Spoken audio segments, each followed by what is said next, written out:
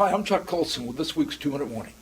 Well, if you're like me, you're probably a little tired today after staying up late watching the election returns. What a night.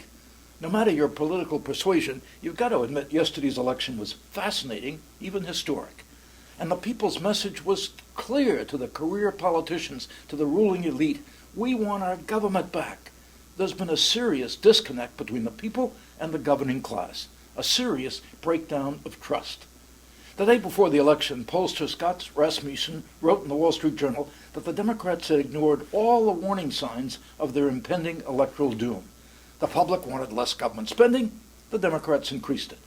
More than half the country opposed the massive government takeover of health care, but the Democrats crammed it down the public's throat anyway. And yesterday was the day of reckoning for the Democratic Party.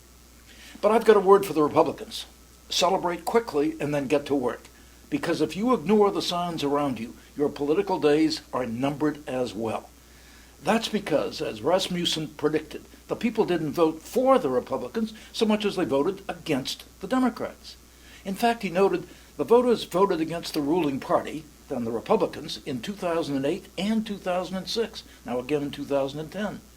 More precisely, Rasmussen wrote, yesterday's election was a rejection of a bipartisan political elite that's lost touch with the people they're supposed to be serving. He's precisely right. The American people no longer want elected officials who rule over them. They want leaders who represent the will of the people.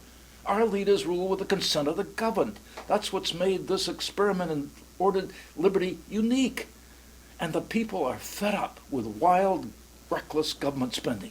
They're fed up with the federal government sinking its claws into almost every aspect of American life. They're tired of the gross, obvious political payoffs to special interests. The Republicans had better realize that. If they think they have a mandate to go about business as usual, if they think the legislative process is just a tool for enhancing their own power and doling out favors to their major backers, well, they might as well not unpack the boxes in their new legislative offices, because they won't be around long. But let's for one moment dare to believe that this new Congress has heard the voice of the people. Let's dare to believe they got the message. Then it's time for the American people to look into the mirror, to do a little soul searching, because the day of financial reckoning is upon us. Congress and the administration will have to find ways to get our nation's financial house back in order. And that will require a concept that has long been forgotten in American political lexicon. The concept is sacrifice.